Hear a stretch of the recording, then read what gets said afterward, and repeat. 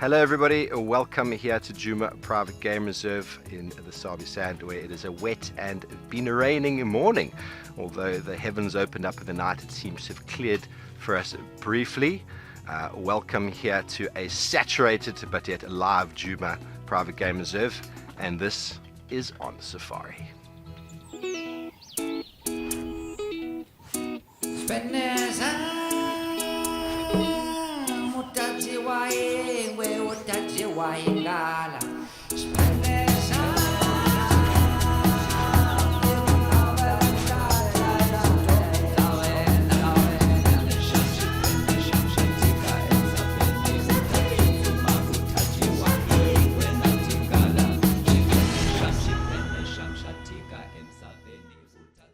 Hello everybody, good morning. My name is Steve and I'm joined here by the one and only Gogo machine, Tayla McCurdy. Welcome, Tayla. Thank you. It's been over a year since we last worked together, so I'm very excited. Is it that long already? It's probably even a bit longer than that. Well, you have brought the rains, which we're very thankful for, and that so far has been my highlight for the last couple of days. But we have magical sightings of jackals, we have magical sightings of baby blesbok, leopards in trees, out of trees, hyenas, impalas, and of course, baby elephants. What are you looking forward to?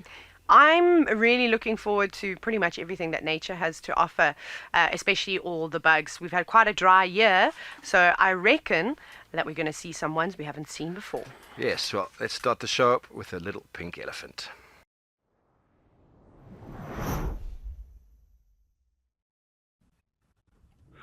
Look at this, everybody. We've got a little baby elephant. It is so small and it's still got funny little pink marks all over him or her. Look like a little boy. Oh, this is adorable. I'm sure this little one is a few days old. It looks like it's still so wobbly, eh, Paul? As we came in, it didn't seem like it was very stable on its feet.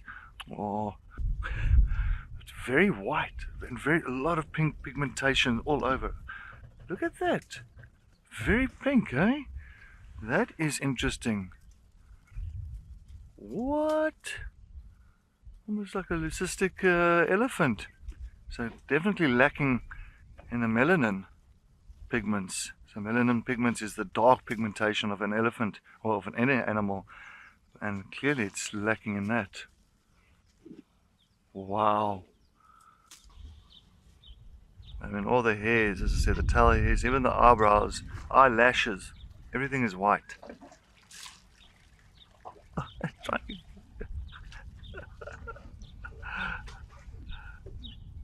Look at the toenails. It's all like white toenails.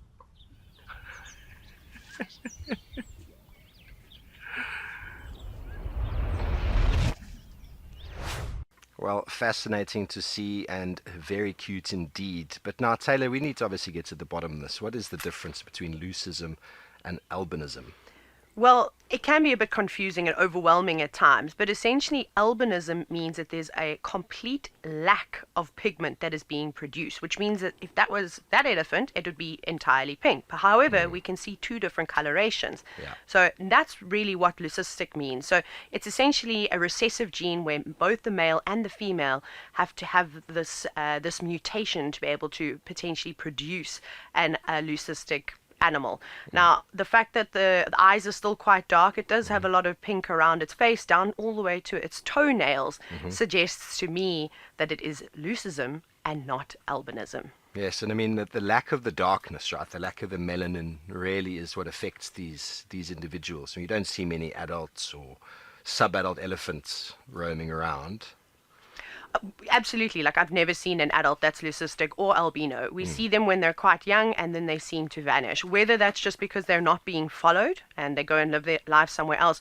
But I truly believe that it has something to do with the environment that they're living in.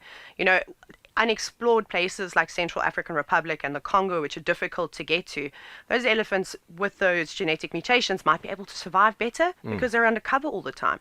We think about sub-Saharan Africa, the vegetation types vary, and they're exposed to the sun quite a bit. So mud wallowing is only really going to help to a certain degree, but they're going to have sensitive eyes. The pigmentation on their skin could potentially expose them too much to the sun and cause sunburn. I mean, that's the general thought, right? Is that the sun itself is what affects these animals and actually kills them in the long run. They're just not really able to take it. Yeah, no, you're 100% right. It's very tough. I mean, elephants probably have it better than most animals, being so closely related with the females and the rest of the family, that mom will shade the little one as much as she can, but that starts to get a bit tricky when you're all grown up. Indeed, mom not providing the shade anymore. So what other leucistic animals are you aware of that roam around? Well, I've seen a couple of giraffe that are leucistic up in Tanzania, which was really interesting to see. And other than elephants, which frequent this area that are leucistic, I mean, gosh, I've had countless sightings of them. That's really it that I've seen on my side. I don't know, have you seen any? I've seen a kudu, wow. couple of kudus, completely leucistic. Obviously, there's a number of bird species that we find, so they seem to be okay. I mean, they've still got the protection of the feathers. But, leucism, it's a fascinating thing, something that definitely needs some more study, and we'll definitely be looking more into it as we go. But young leopards looking after their dinner or their breakfast, not always as good as you'd hope them to be.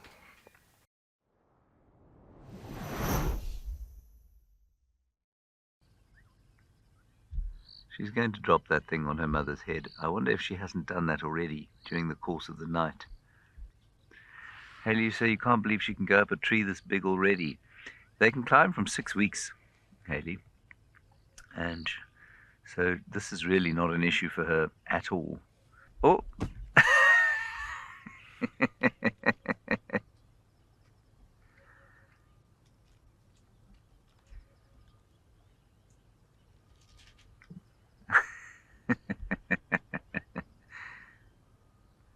Now, the problem there is that a hyena will hear that. They'll hear that thump on the ground.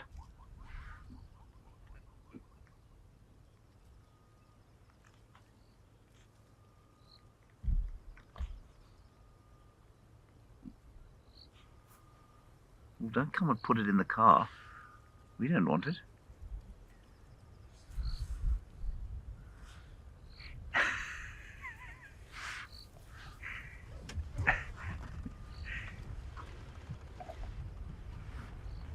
For those of you who weren't on the drive yesterday,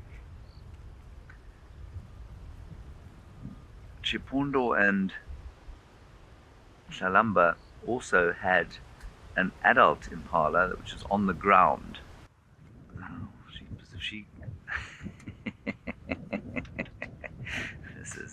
this is just amazing to watch.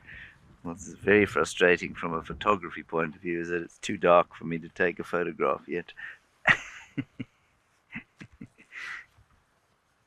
I think she's going to take it down into that drainage line, and it's going to be very tricky to follow her. But we'll try.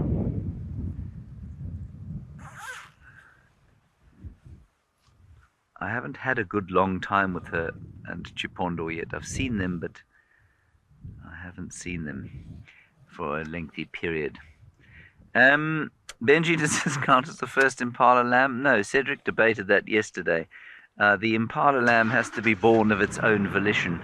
Well, not its own volition, the volition of its mother's hormones. This one, we are 99% sure, was extracted by Tlalamba. A postpartum caesarean section, to be particularly gruesome. Not postpartum, post-mortem caesarean section.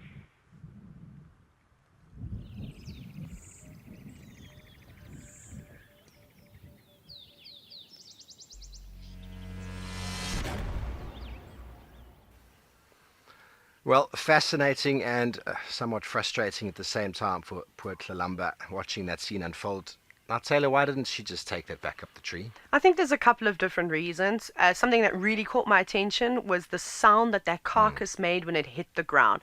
And with animals' hearing being far more acute than ours, I think that could have drawn the attention. So she might have just dragged it off somewhere else where a little Tshipondo would have felt more comfortable feeding.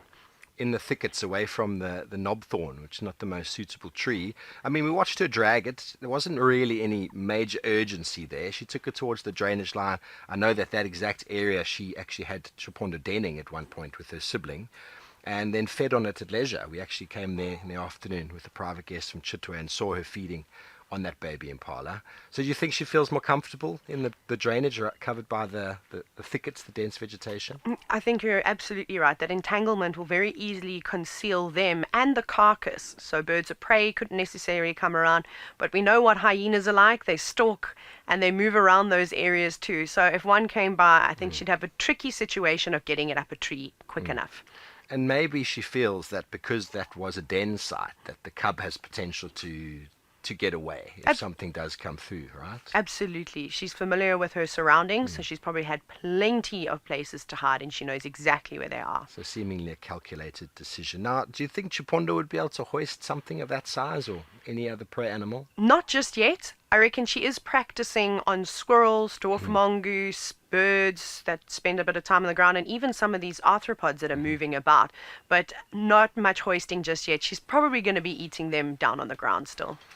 I mean, we saw her dragging that kill across, and Tshipondo is just that wildness in the eyes. She wants that prey. It's like it's a dead animal, and she probably wouldn't feel the same when it was not moving. But when it's moving with mum, you see that wildness, right? It's really fascinating to see how they just want to catch whatever's going around. Yeah, the natural instinct really just kicks in at that moment, and she's observing mom all the time, so she's got some idea of what to do. She is. It seems to be the way with Tshipondo. Everybody seems to be talking about her and mom. Everything mom does, she does. And hopefully, in the next little while, we'll be seeing Tshipondo catching some prey. Will it be spurfowls? Will it be a mongoose? Will it maybe be a monkey? Oh, well, I suppose only time will tell. Time will tell. Well, we spent a lot of time with Tlalamba as a youngster, and she caught all sorts of things. The first kill I saw her make was a duiker, and then the heavens opened like they did this morning. And on that note, we're going to send you through for a short ad break.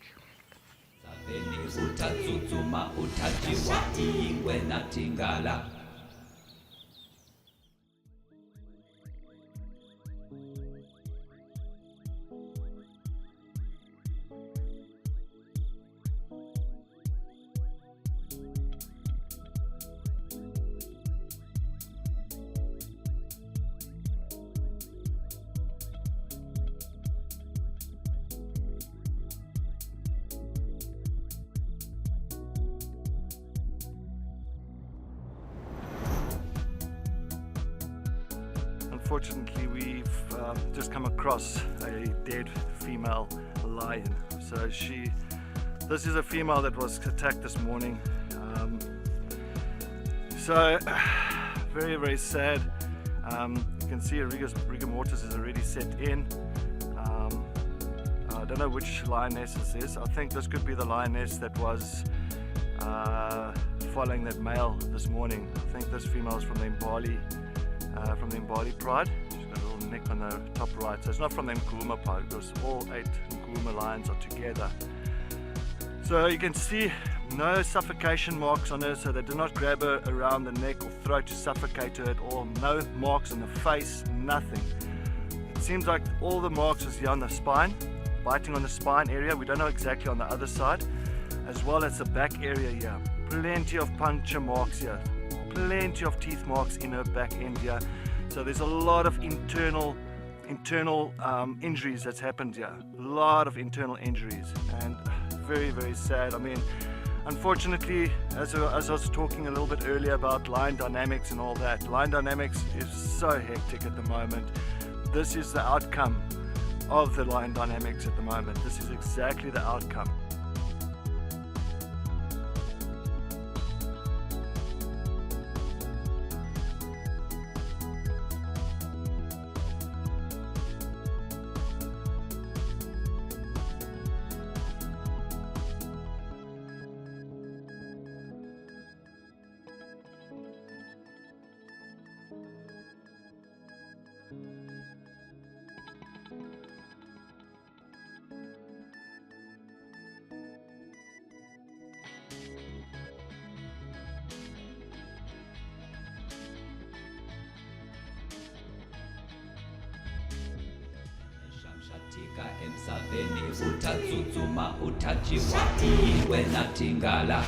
Hello everybody, my name is Andrew and this is Safari CSI.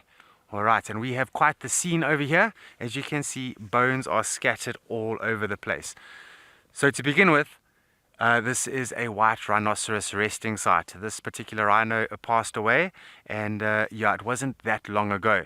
We can still smell, I mean the smell here is still quite strong, but if you have a look at the bones, I'm not going to touch the bones too much, but when I show you with my finger here, there's still a little bit of skin here, there's still a little bit of sinew.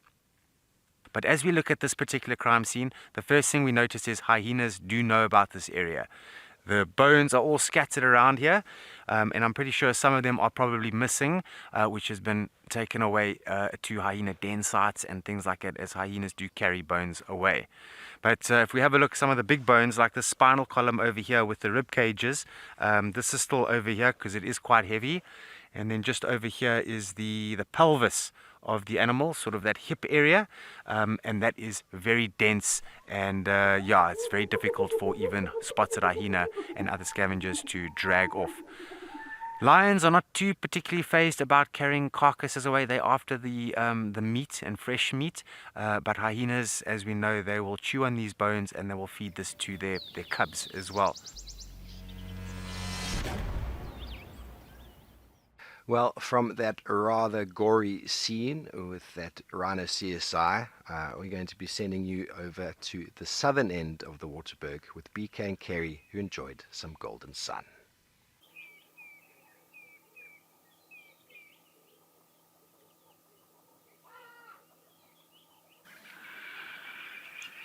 Isn't that sunrise absolutely magic? So yeah, beautiful morning on Mabula here. It's BK and myself exploring Mabula Game Reserve again today. We just decided to stop at this dam. So this is Mvubu Dam, which is one of the largest dams on the property. Mvubu means hippo, which I don't hear any hippo right now, but there are hippo that do live here. We had a pretty epic sighting last night. We managed to make it in time, just in time before it got dark, to see lions on a zebra kill. So I think we might make our way back there today, see if they're still around. So that's our plan for the morning. But in the meantime, I'm going to take a few quiet moments, maybe do some sun salutations, a bit of meditation, enjoy this beautiful sunrise behind me. Namaste, folks.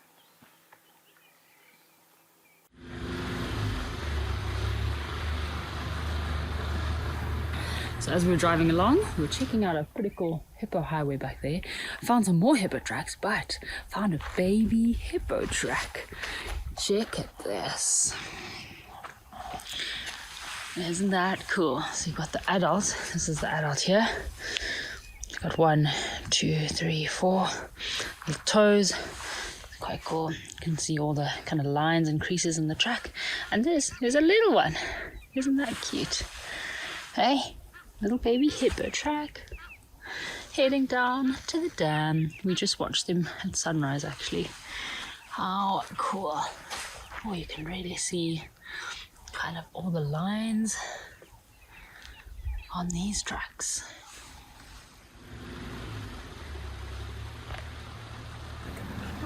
So it is a lovely morning here on Mabula. I have Megan here with me. Good morning everyone, I'm Megan van Staden, research technician at Mabula.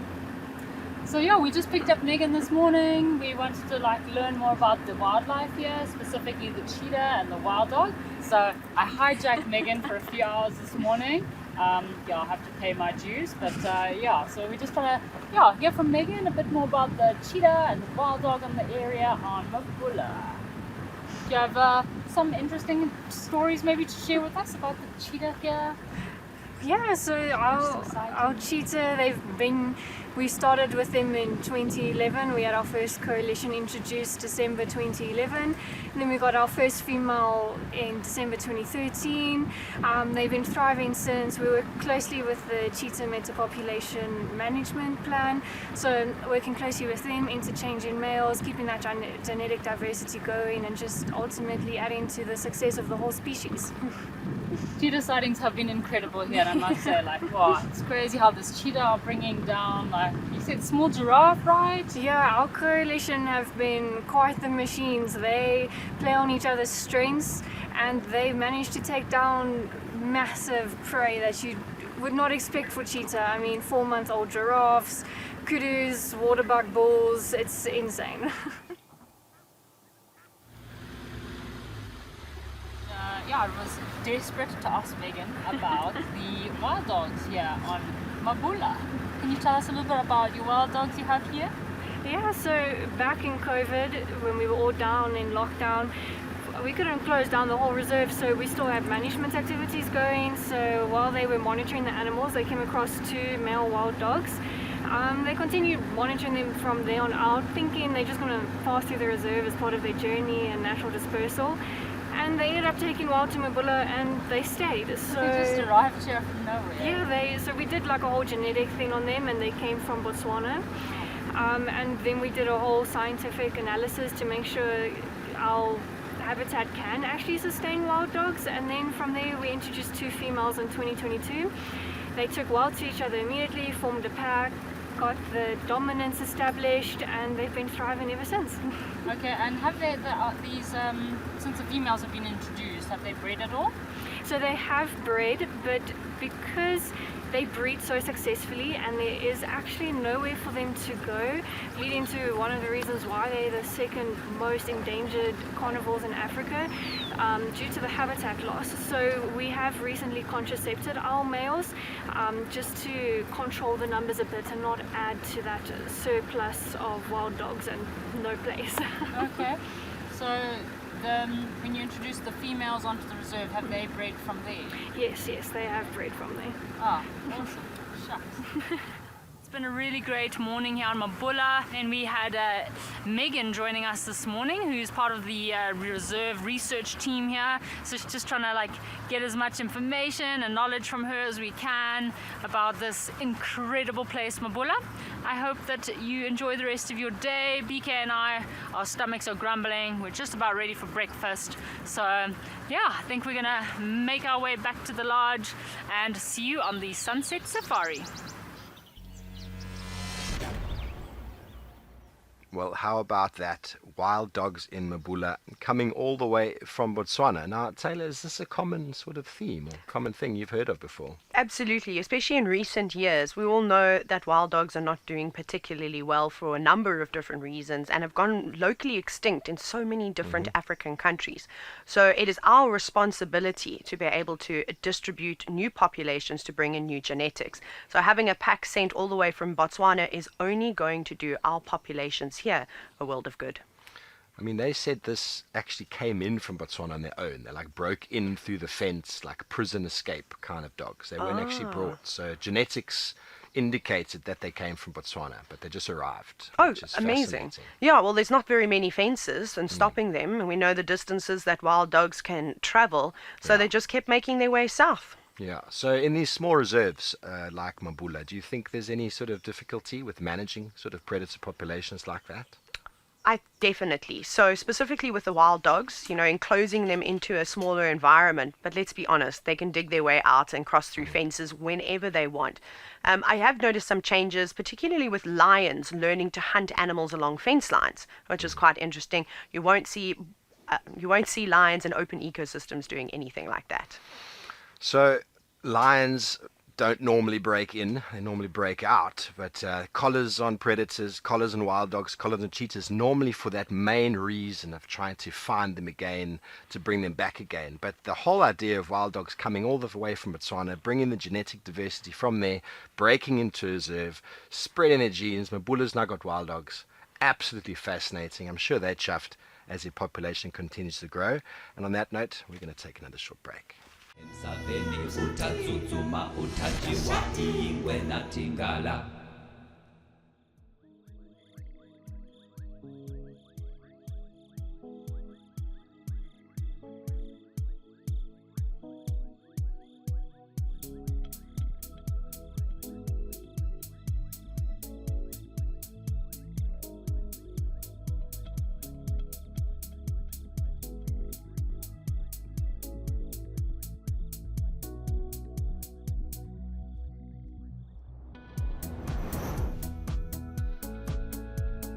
We're going to see what they're going to do. So the male it looks like a calf.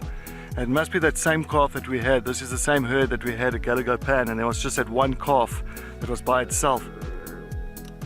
Just for your discretion, everybody. The calf is still alive.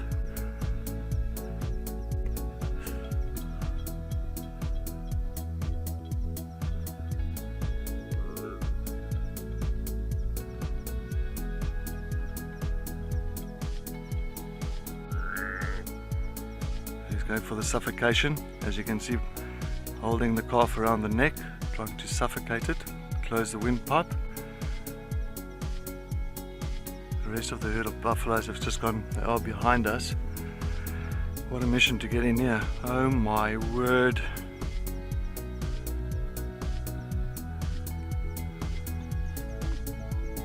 So then Guma Pride is in front of us.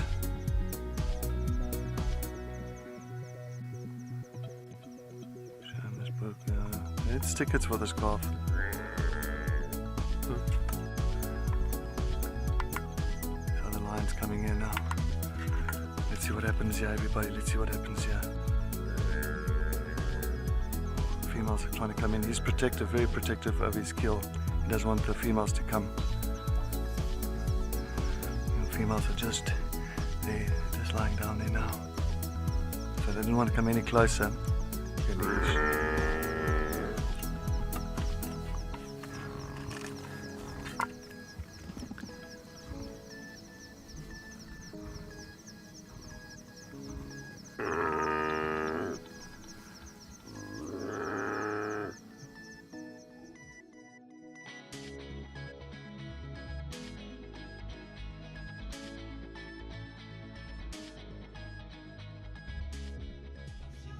Shamshatika emsaveni utatsutsuma utajiwa ingwe natingala.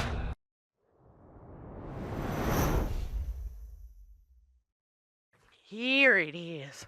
Pascal, you've wondered, do insects and little critters not do well in the colder sort of seasons? No, they don't particularly. For the most part, they go dormant and will just, it actually really depends on the species. This is why their insects or arthropods are so successful, is they have many life stages. So, they don't just hatch straight into an adult. Well, some of them will look just like adults, but then there are others that need to develop over time. So when it is cooler, because they aren't able to generate their own heat, they're also ectothermic creatures. So ectothermic meaning they rely on an external source to warm them up, like the sun or the warm sand, something along those lines. And as soon as that happens, then they'll come out. But also the rain. You've seen how dry it is in the winter months. There's nothing for them to feed on. So they will sort of hide away. We've seen lots and lots of millipedes. I find that they're normally the first ones, and the African giant land snails, to pop out after a little bit of rain.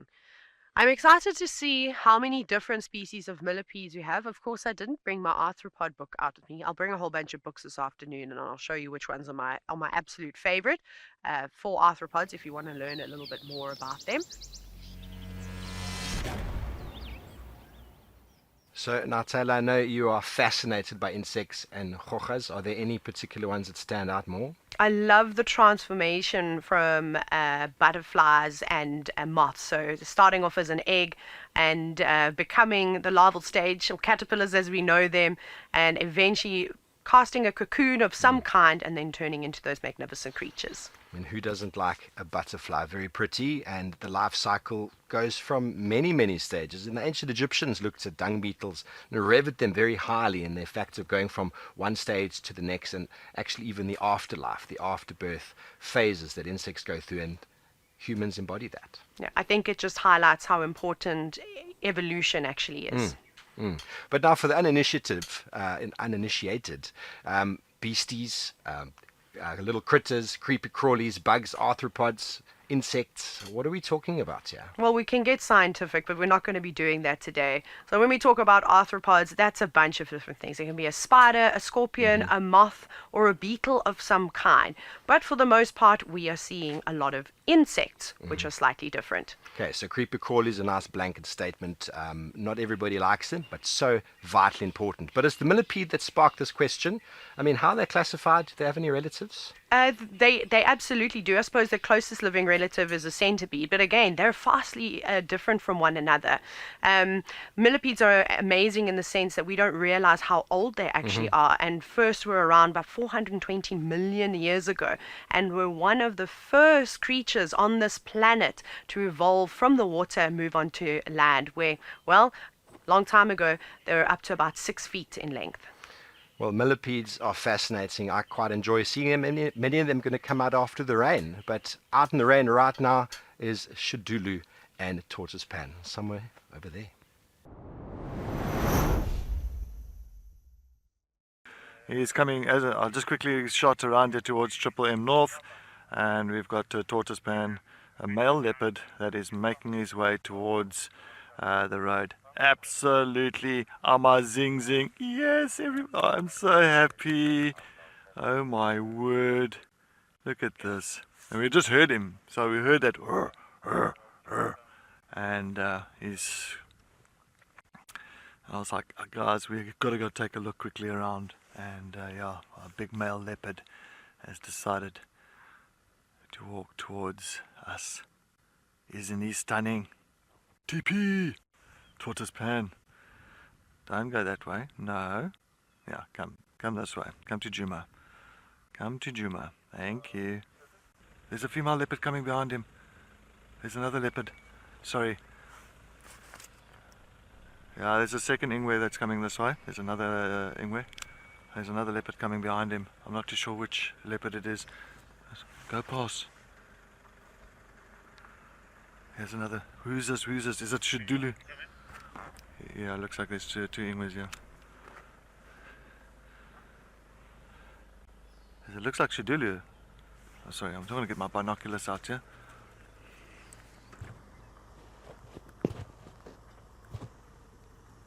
Yeah, it's Xidulu. A female leopard.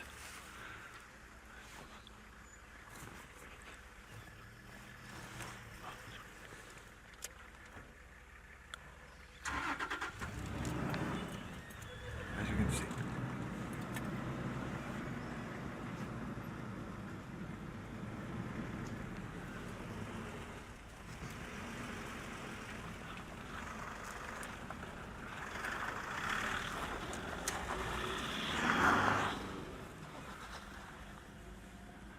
Look at this real chamois. Wow, wow, wow, wow, wow.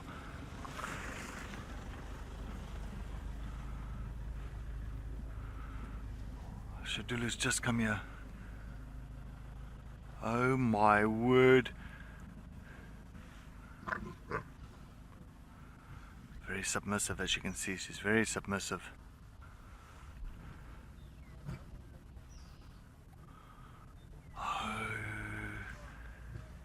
Goodness gracious, what a change in this morning's drive.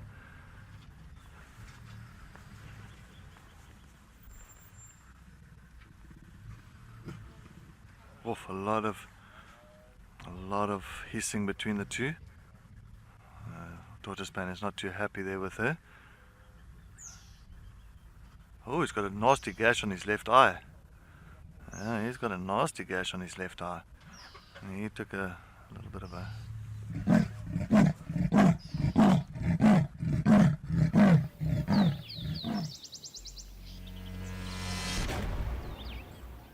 Well, that was cool, seeing Tortoise Pan interacting with Xidulu. Now, they've got a son already, but what do you think's happening in this scene? It's great to just see the entire behavior. So we know leopards spend most of their time on their own, so they're solitary. Very little interaction between males and females. So when the females are coming into estrus, they really need to put on a show to show the males that, hey, I come in peace, but I would like to produce more offspring with you. So she's flirting. She's definitely flirting. I mean, her body language is obvious. No female leopard is going to walk right up to a big male leopard just willy-nilly. There's got to be something going on, right? So she's definitely in estrus. Oh, 100%. I mean, Nene is old enough to carry on and go on his own, so why not? Yeah, he's almost 2, and so it's about time. He's not yet independent, but she's definitely moved away from him, is leaving him somewhere. I was with him just the other day, him and her, and then a few days later, the hunger desire has dropped and something else has kicked off in her mental space. That happens. It's normal, and I suppose it's the way to spark the youngster to go.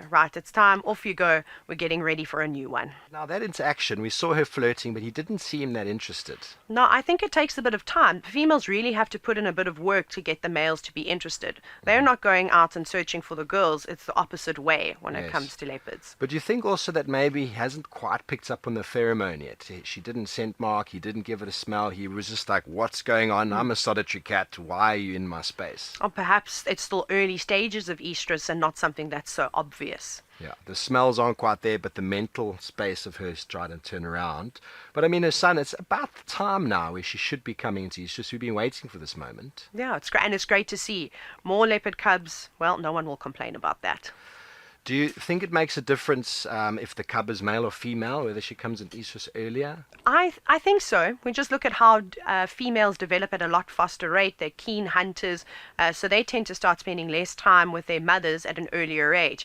Where the young males are a bit clumsy and, they need a bit longer, will tend to hang on to mom for a few more months. They needed to be pandered to a little bit more, and on that note, we're going to take a short break and go grab a coffee. Utatsutsuma utajiwa ingwe natingala.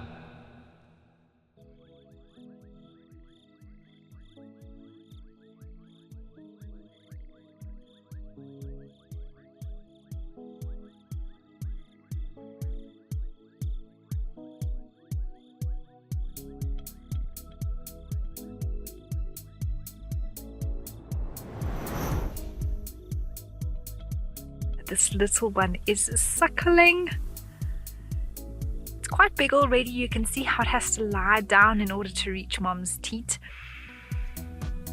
I would say this calf's borderline being completely weaned. It's usually around the 18-month mark. It looks like it's nearing 2 years old potentially. When they're still very small, they actually can just lie down. Just stand, and they're at the right height. Now that it's a little bit bigger, it has to lie down as mom's standing. How cute is this? You can actually, I don't know if you can hear, but earlier, I'll tell you if I can hear it again, there was a little bit of sort of squeaking, it's very soft squealing from the little one as it was asking for milk. Oh, how cute is that? There we go. Was that delicious? Oh, what a they feel like it has a satisfied belly now. It's already been eating grass. We've seen it munching away. Rhino calves already have teeth around 3 to 4 months old, but they'll have a mixture of milk and grass till around that 18-month mark. That's just an average though.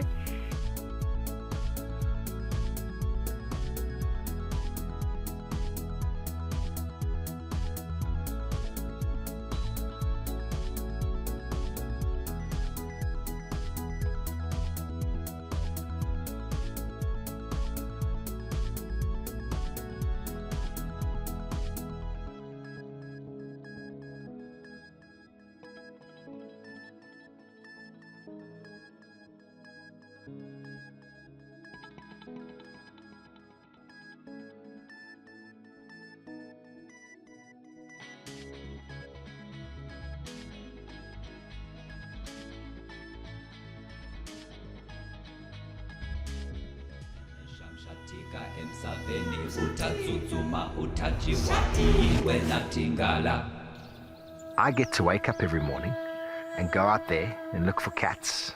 I get to create my everyday safari for myself. I grew up in the sort of central eastern suburbs of Johannesburg, fully qualified trails guide and a fully qualified nature conservationist. I love the wild places. I love being in the wilderness. I live in the Garden Route, a place called the Wilderness. Favorite animal and why? The tenacious honey badger. They're just so cool. They just have such attitude, such pizzazz. I've seen honey badgers stand the ground against the largest animals, chase away the most fearsome animals, and just give absolutely no care. Best sighting I've presented, found myself with wild dogs. We chased the dogs around, chased them around. They ate an impala, we got the end of that. Then another impala went into Gowrie Dam down the road there, and the wild dogs went around. Eventually the impala came close to the bank. One wild dog went and grabbed it and then just pulled it out. It just did what wild dogs do. It was an emotional experience, but it was very, very special. It's hard sometimes, but it's probably one of the best jobs I've ever had and probably ever could have. Well, that's a little insight into myself and my way of life. But thankfully, my life is not as violent or as filled with turmoil as that of some male lions.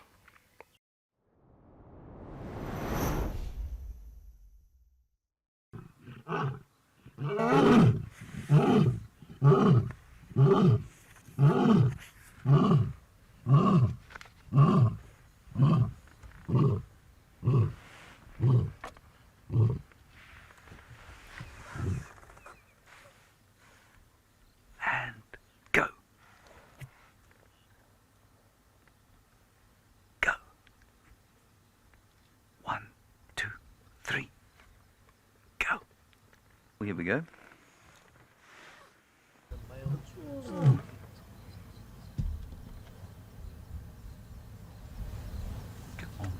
Come on, do a better job than that.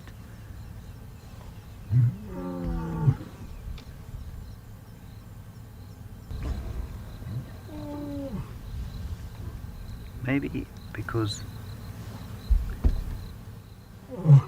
he's not actually that sure. Maybe he's hoping for a response. Here we go.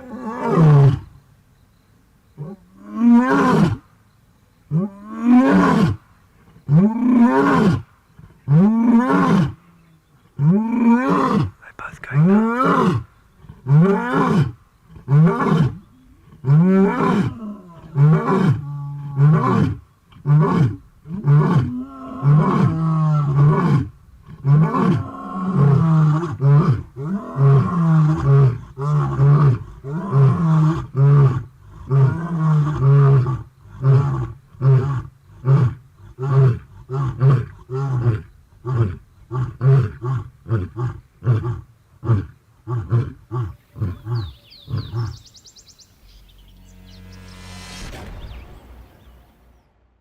Nothing quite like the roar of a lion on Djuma, Tayla. I mean, spending time with male lions, seeing these two boys, the Matles. Have you seen them before? No, not yet. I've been keeping an eye out for them. Very impressive boys. They actually scare me just a little. Oh, really? I mean, that's impressive. That just shows that they're real proper lions that have come in hot from the Kruger. Deep black manes underneath, golden on top. I mean, like you're new to the area now for the last couple of weeks. There's been dynamics happening. Do you have a stake? Do you have an idea who could be claiming amongst the coalitions that are moving through the area? I would absolutely love it if it was the 4 Kambula males just completing that circle, bringing back the genes of their fathers. But the Manti-Matle males, they're big, they're strong, they're experienced, and they are coming in hot. I think they're about 8, and the Kambulas about 4. 4 versus 2 with the black mane, the experience, the competitive edge that comes with an extra few years of being out there. The black dam males seem to have completely broken up. One's gone back, one's around somewhere. I don't know what he's doing. He doesn't look great. Mohawk, we don't even know what's going on with Mohawk. The Kambulas would be nice to see them, but I believe the other day the Matles caught up with one of them and gave him a hiding. And now they're split. There's two, or there's one. They're not really holding out together as a group of 4. They're probably just not sure of themselves just yet. If they work together, they'll realize their power. But that's going to take a couple more years for them to figure it out. Build that confidence through some more scraps. Now, there was a lioness hanging out with the Kambulas, mating on 2 different occasions. And then one of those females made her way to the Matles. I mean, what's going on? Well, I think the Nkuhumas are playing the long game here by associating with many of the coalitions around at the moment. I think we'll just bring some security to the pride and longevity of the cubs if the males don't know, well, who they've mated with. Yeah. Yeah, so they were calling in Djuma, as we know, very loud, vociferous calls. Do you think they've staked it? Not yet. I think that they're showing that they want this space by actively roaring. They're just not here consistently enough.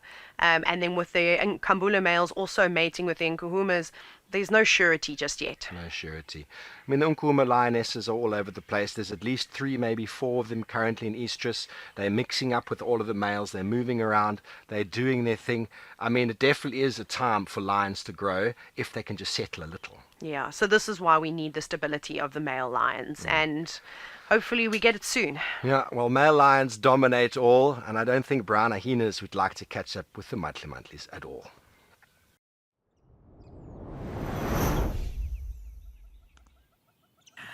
Hello everyone, welcome back. Look what we have found. A brown hyena. Here at Mabula, it's starting to wake up for the evening. You can see those ears are flapping. It's looking around every now and again, doing some grooming at the moment. I am so excited. It's the first proper sighting we're having of a brown hyena, and we're able to go live with you this stint anyway, the last 2 weeks that we've been here. So I'm really excited about it. I definitely think the cooler weather has something to do with it. You can see it's licking at the moment. You can see its tail there. Oh, there's a yawn. There we go, there we go. Oh, scratch.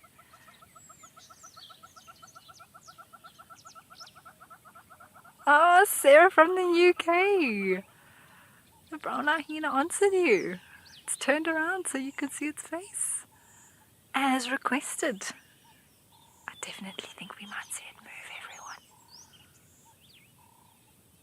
everyone. This is awesome.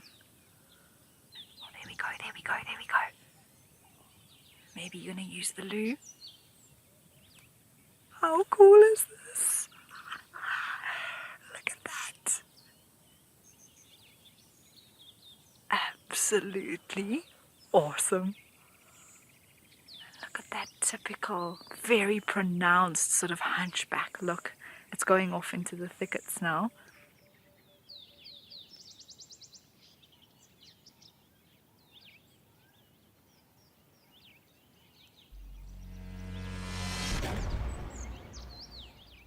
Well, always very special to see brown hyenas. Taylor, you've got a personal favorite? Of course, when I was training to be a trails guide many years ago, I remember sitting on a rocky outcrop and watching an animal running through the long grass towards a carcass during the day, and it was a brown hyena. Fascinating. In Madikwe, the blonde mahiwa male had killed a giraffe. There were two spotted hyenas, 3 brown hyenas, one without an eye. 9 black-backed jackals, all feeding. The spotties were very skittish, the browns not so much, and out of nowhere came the blonde mahiwa male lion again. Everyone scattered. And on that note, I'm going to take a short break.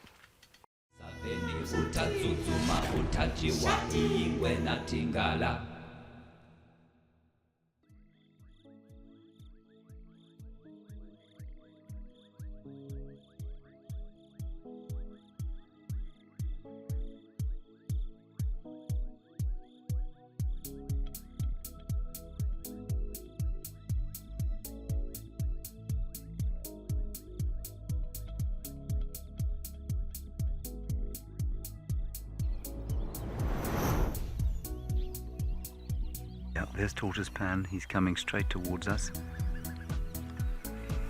And now young Nene is looking at him. I'd love to be able to cut to the dash cam with a picture of Nene, but I can't, so I'll just describe what Nene's doing. Nene's sitting up on the termite mound, looking. He's definitely seen Tortoise Pan. Tortoise Pan, I would say, from the look on his face, has seen Nene. So just, if you don't know these cats, that's Dad looking this way at his son. So I think what's happening is that Nene is looking over the top of the vehicle parked in front of him, and I think at the moment Tortoise Pan's view is probably obscured. As with prey looking at predators, the big thing is that they don't want to be unsighted. So he needs to see where the threat is coming from. And right now, he's got a really nice, advantageous position on top of this termite mound. So he can see where Tortoise Pan is. Tortoise Pan isn't giving obvious signs that he's seen Nene. And so at the moment, it's really in Nene's, to Nene's advantage that he sits on top of this termite mound.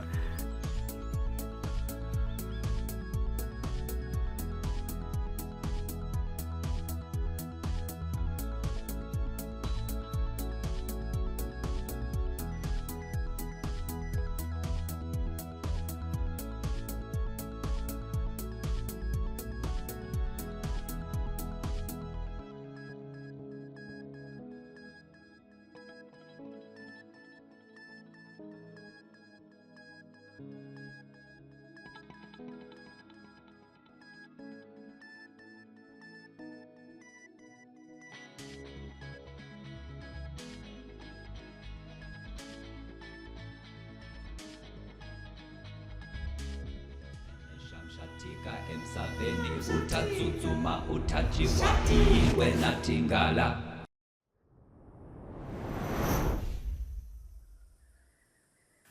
Oh my goodness!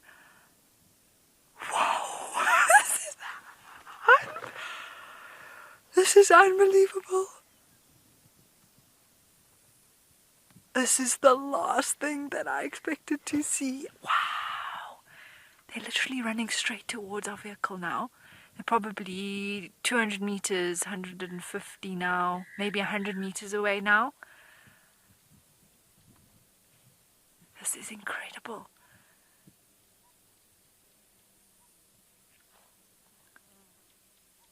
These jackals are not scared.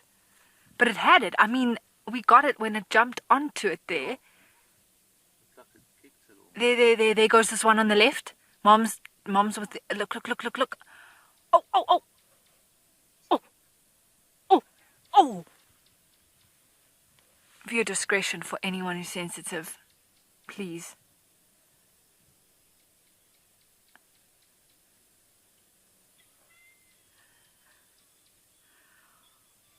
Oh, it slipped. There it goes. These jackals are massive. These are some of the biggest black-backed jackals that I've seen.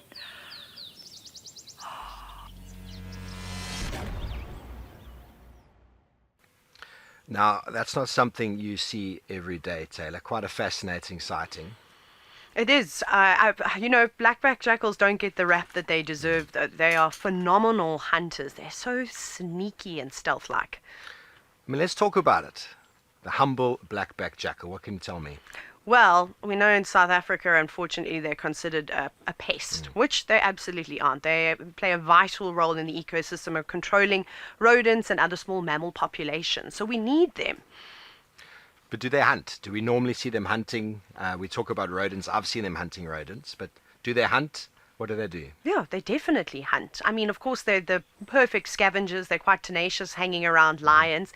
But I've seen multiple different occasions of black-backed jackals bringing down young impala and even Thompson's gazelle. Yeah, I mean, they're regarded as scavengers, and by all means, yes, they can pick up and they can scavenge. They can hunt and dig up rats. I found them with a Thompson gazelle in the Mara, a youngster. I found them with a baby impala once. I've even heard of a story of them killing a wildebeest. I wouldn't be surprised by that. Animals just constantly bring out new and interesting behaviors all the time. They are a fascinating creature, small like a little Jack Russell with the body or the mindset of a wolf, right? Yeah, that's a good way to describe them. You've done a lot of work in the Eastern Cape. You've worked down there, and obviously jackals are quite a bad rap with the farmers. Can you give us insights? Well, we start talking about young lambs of Thompson's gazelle and impala. They have the same problem with the sheep. And you can imagine a farmer's just trying to protect his livestock. It's how he would potentially make money. So they do come in there and they attack the lambs, which is a very easy target. It's almost like those animals have lost their natural fear to predators. Yeah. We saw that Blesbok mom doing everything that a female with horns is designed to do, right, on the open plains. defend her youngster at all costs. Yeah, it's a bit difficult when the sheep are involved, and like I said, they maybe don't pick up on that there's a predator around as quickly as something living in the wild. And in the wild, how are black-backed jackals' numbers controlled? Well, diseases will be a big one that come through, and then we look at all the other predators that are around and their proximity to carcasses. Unfortunately, they do get grabbed by hyenas, lions, and even leopards, and they'll just kill them. They do get caught by leopards, they do get caught by lions, and, well, we see leopards and lions all the time.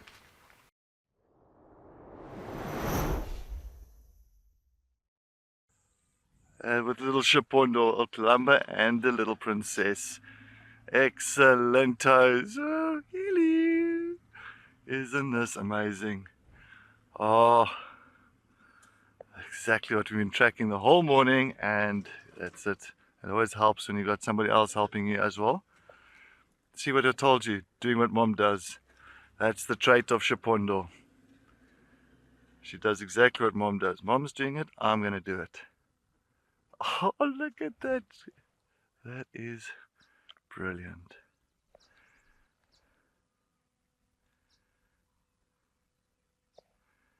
She's becoming so chilled, this little princess, eh?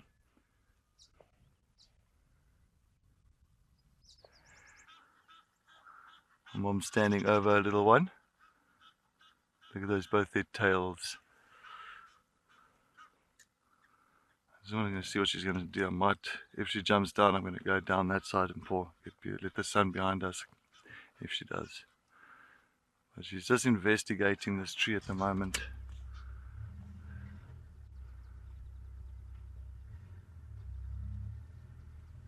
Why are you looking up there? Was there something here, Tlalamba? Was there a kill or something up this side? Tlalamba's looking at something. I'm not too sure what. I might have seen that little one's gone right on top of the tree. Oh, yes, a hyena. There's a lion here. There's a lion. There's Ngala here. There's a big male lion coming here. It's a big male lion. It looks like one of them. No wonder Tlalamba the little cub went right onto the top there. We've got a big male lion that's just approaching the dam now.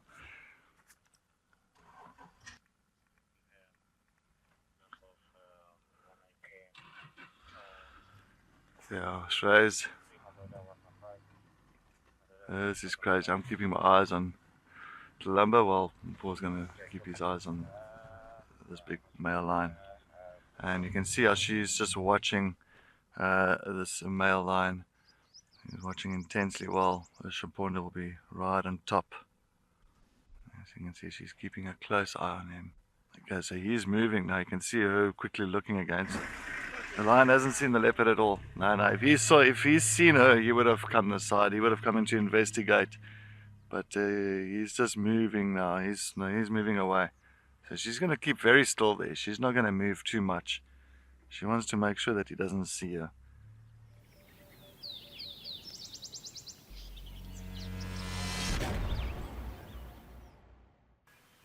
Well, that was a great way to start the weekend. Having a look at that sighting, Taylor, do you think Tlalamba was at risk, Tshipondo at risk of that male? No, she picked up that one of the Manti-Mahle males were on their way well before any of the guides in that sighting realized there. So she got Tshipondo prepared and sent her straight up to the tops of the trees. I mean, it was all completely body language behavior that watching the sighting, you wouldn't really notice something's changed, but then you look, okay, Cedric indicated the lions there, but would you have gone up a tree like that after a leopard? Listen, I've seen lions do strange things, and when they're on a mission and in a mood, they'll pretty much do anything. But it was a small tambuti, if I'm not mistaken. Might be a bit difficult to get a grip on that vertical branch. I mean, would he have bothered? There's no meat in the tree. Is he really that after trying to catch a leopard for no real resource? I'm honestly inclined to say yes. They're Okay. a threat to them as well. You know, they're both competing for the same thing. They're predators. They live in the same space. And I've seen many unprovoked attacks from predators onto other predators. Yeah, exactly. I don't think he would have bothered, but if there was meat, things might have been a different story. He looked quite full. He wanted to have a drink. But what a week it's been. The Manti-Mahle males on the property with Nkuma prides, Kambula males abounding, lion dynamics, leopards, Tshipondo and Tlalamba absolutely stealing the show, as well as that little pink baby elephant. Very special to see brown hyenas. Taylor, was there a highlight for you? What are you looking forward to moving forward? Gosh, all the insects that are going to come out after the rain, and hopefully a few new flowers. Well, the rain has arrived. It is continuing to fall right now. We're looking forward to the dams filling up. Summer seems to officially be here. We're excited, as Taylor says, for the insect blooms, for the coming of the impala lambs, and for the moisture and the rain. Very, very blessed with that. We'll see you from a green Juma on safari.